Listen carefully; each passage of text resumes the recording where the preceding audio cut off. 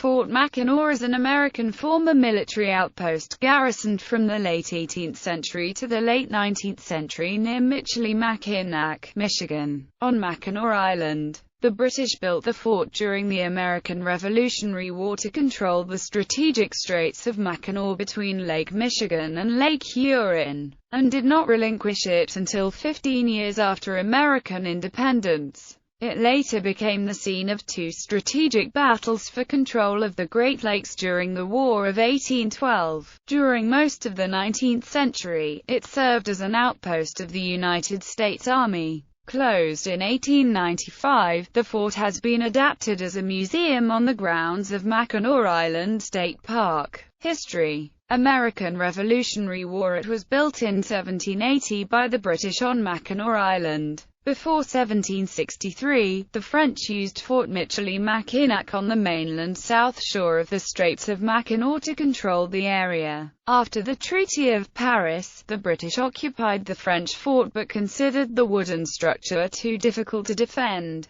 In 1780–1781, its Lieutenant Governor Patrick Sinclair constructed a new limestone fort on the 150-foot limestone bluffs of Mackinac Island above the Straits of Mackinac. The British held the outpost throughout the war. Despite the terms of the Treaty of Paris, the British did not officially relinquish the fort to the United States until 1796. American Captain Daniel Robertson commanded a garrison on Mackinac Island from 1782 to his death in 1787. War of 1812. In June 1812, at the start of the War of 1812, British General Isaac Brock sent a canoe party 1,200 miles to confirm that a state of war existed. This party returned with an order to attack Fort Mackinac, then known as Fort Michilimackinac. A minimal United States garrison of approximately 60 men under the command of Lieutenant Porter Hanks then manned Fort Mackinac. Although a diligent officer, Hanks had received no communication from his superiors for months. On the morning of the 17th of July 1812, a combined British and Native American force of 70 war canoes and 10 bateaux under the command of British Captain Charles Roberts attacked Fort Mackinac. British Captain Roberts came from Fort St. Joseph and landed on the north end of Mackinac Island, 2 miles from the fort. The British removed the village inhabitants from their homes and trained 2 cannons at the fort.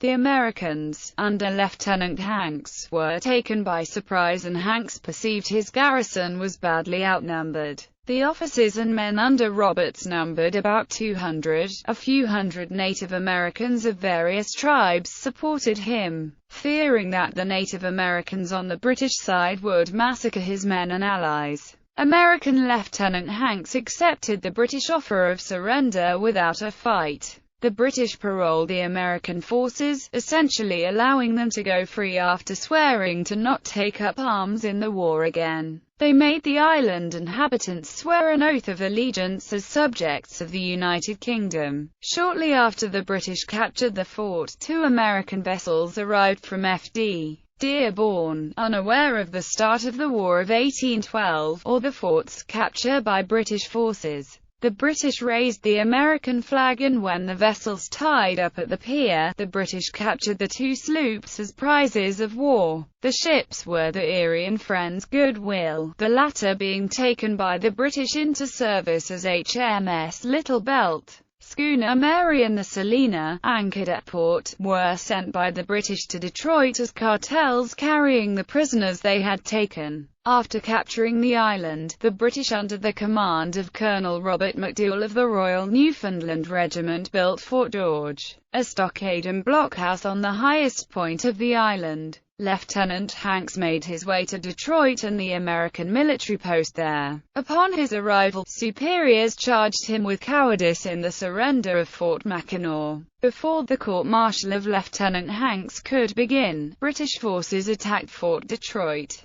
A British cannonball ripped through the room where Hanks was standing, cutting him in half and killing the officer next to him as well. United States Army Colonel George Croghan and his superior General William Henry Harrison designed a major campaign to take control of the Great Lakes and sever the fur trade alliance between the British and the tribes of the region. As part of this campaign, the Americans attempted to retake Mackinac Island in July 1814. The two-pronged campaign included an assault on Prairie du Chien, Wisconsin, located on the upper Mississippi River. Battle of Mackinac Island on 26 July 1814. A squadron of 5 United States ships arrived off Mackinac Island, carrying a landing force of 700 soldiers under the command of American Colonel Croghan. This landing began the Battle of Mackinac Island. To his dismay, Colonel Croghan discovered that the new British blockhouse stood too high for the naval guns to reach, forcing an unprotected assault on the wall of Fort George. The Americans shelled Fort George for 2 days, with most shells falling harmlessly in vegetable gardens around the fort. A dense fog forced the Americans back from Mackinac Island for a week. Major Andrew Holmes led the American forces in returning. They assaulted the north end of the island near the location of the British assault in 1812. The Americans worked their way to the fort through dense woods, which Native American allies of the British protected, finally emerging into a clearing below Fort George. British Colonel MacDougall placed a small force bearing muskets, rifles, and 2 field guns behind low breastworks at the opposite end of the clearing. When the Americans emerged from the woods into the clearing, British guns easily targeted them. British warriors killed 13 Americans, including Major Holmes and 2 other officers, and wounded 51 Americans. The heavy losses compelled U.S. Colonel Croghan to order his men to retreat back through the woods to the beach. The Americans rowed back to their ships and retreated. Later years, the American defeat in the Battle of Mackinac Island left Mackinac Island in the hands of the British through the end of War of 1812. Following Treaty of Ghent, American forces reoccupied Fort Mackinac in July 1815. They renamed Fort George as Fort Holmes, in honor of Major Holmes, killed in the 1814 attack. After the War of 1812 and settlement of the northern border and tensions with Britain, Fort Mackinac gradually declined in military significance. No longer needed as a frontline border defense against the British in Canada, the fort was used as a strategic troop reserve. The Army essentially could deploy troops to Fort Mackinac until her need arose to transfer them to other locations of military importance. The Army nearly abandoned Fort Mackinac between such uses. It was also used as a fur trading post, as Mackinac Island was an important fur post. From 1816 to 1821, the post was commanded by Benjamin Kendrick Pierce, the older brother of President Franklin Pierce. He married the daughter of Magdalen Laframboise, a prominent fur trader of Ojibwa and French descent. On 6 June 1822, a fur trader named Alexis Street Martin waited to trade in his furs when a gun accidentally discharged just inches from him, blowing a hole in his abdomen. The post surgeon, Dr. William Beaumont, attended to him. Dr. Beaumont cared for the presumably doomed Street Martin the best he could. To his surprise, the man appeared to make a recovery. Beaumont took Street Martin into his home, caring for him for several years. St. Martin healed although his stomach had a hole. Beaumont seized the opportunity and began observing and conducting experiments on the man.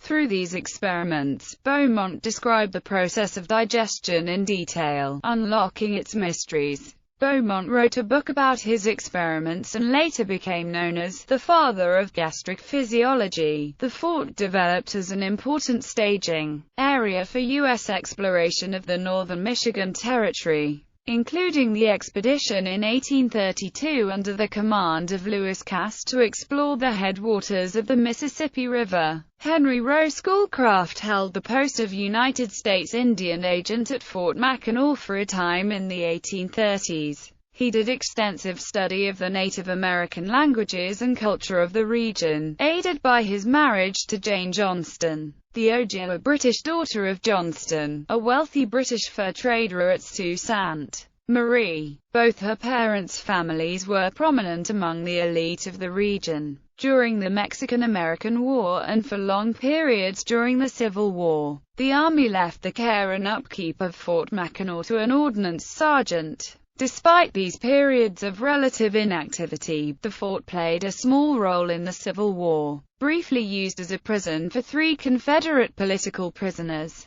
brought to Mackinac Island and the fort during the summer months. These 3 men enjoyed relative freedom, guarded only by a volunteer militia. When faced with the prospect of enduring a long, harsh winter on the island, 2 of the prisoners signed loyalty oaths and obtained release. The 3rd Confederate refused, and the Army ultimately transferred him to another post. Seth Eastman, an officer and artist in the United States Army, in 1872 made an oil painting of Fort Mackinac, as a commission by the U.S. Congress of paintings of military forts. It is now part of the collection of the United States Senate. Mackinac National Park from 1875 to 1895. Mackinac National Park, the second national park in the United States after Yellowstone National Park, included Fort Mackinac and much of Mackinac Island. During the national park years, the troops stationed at Mackinac acted as park rangers. The Army tasked these men with maintaining the park, so they spent much time cutting new roads and footpaths through the park.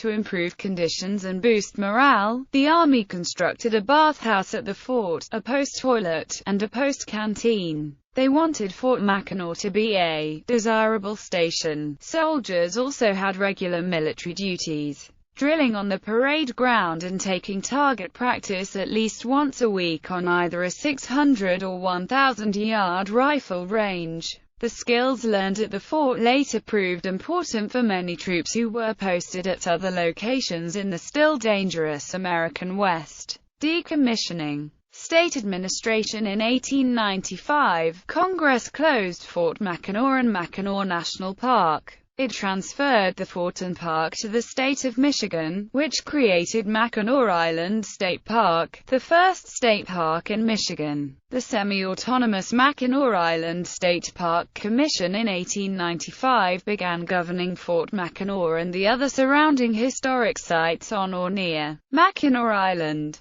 Colonial Michilimackinac, Historic Mill Creek, the Old Mackinac Point Lighthouse, and Mackinac Island State Park. The Commission and Historic Parks preserve, protect, and present the rich and natural history of Mackinac Island and the Straits area. Michigan financed construction of Mackinac Bridge through revenue bonds repaid from the cash flow of toll fees from the bridge after it opened in 1957. Mackinac Island State Park Commission modified this idea for park restoration purposes, with Fort Mackinac admission fees serving as the cash flow. More than 3/4 of budget of Mackinac Island State Park Commission now comes from admission fees and other self-generated cash flow. Most United States parks and recreation agencies instead depend upon public subsidies. Mackinac Island State Park Commission operates one of the largest parks in United States that generates a significant majority of its own operating budget. The fort today. The current museum at the park includes 14 historic buildings. Today, Fort Mackinac is a popular heritage tourist destination, situated on 150-foot bluffs above the Straits of Mackinac. It is one of the few surviving American Revolutionary War forts and one of the most complete early forts in the country. In 2005, Fort Mackinac celebrated 225 years, standing guard over Mackinac Island. During the main tourism summer months, visitors ascend into a bustle of activity within the old British-built stone walls of Old Fort Mackinac after entering its weathered gates. Costumed interpreters greet visitors, portray life in the 1880s, answer questions, pose for pictures, and lead tours throughout the day. Some of the soldiers carry original 45-70 Springfield Model 1873, the type used at the fort during the 1880s. Others play music or greet and mingle with the crowds of visitors.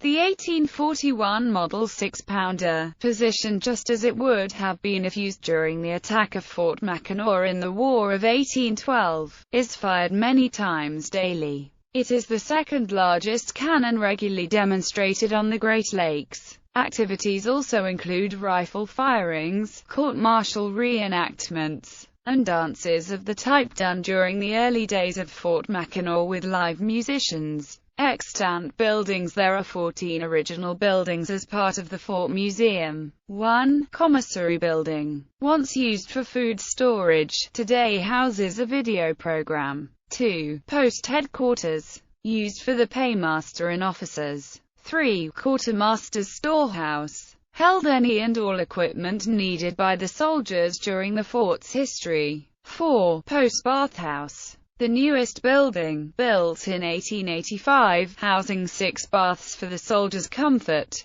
5. Soldiers' Barracks. Used to house the 100-plus soldiers stationed there, but today houses a museum and the gift shop called the Sutler's Store. 6. Post Schoolhouse. Provided education for soldiers. 7. Hill Quarters. Many lieutenants lived in these officers' quarters. Rank was rewarded. 8. Post Hospital, where the post doctor, surgeon treated patients until a new hospital was built in 1860. 9. Officers' Stone Quarters. Michigan's oldest building, used to house officers. Today holds the kids' quarters and the tea room. 10. Wood Quarters. Used for various purposes over the life of the building, including officers' quarters and a post canteen that served Schlitz beer, but no whiskey. 11. Post Guardhouse. Prisoners were held on this site for over a century. 12 to 14. North, East, and West Block houses. Stone towers built by the first Americans garrisoning Fort Mackinac.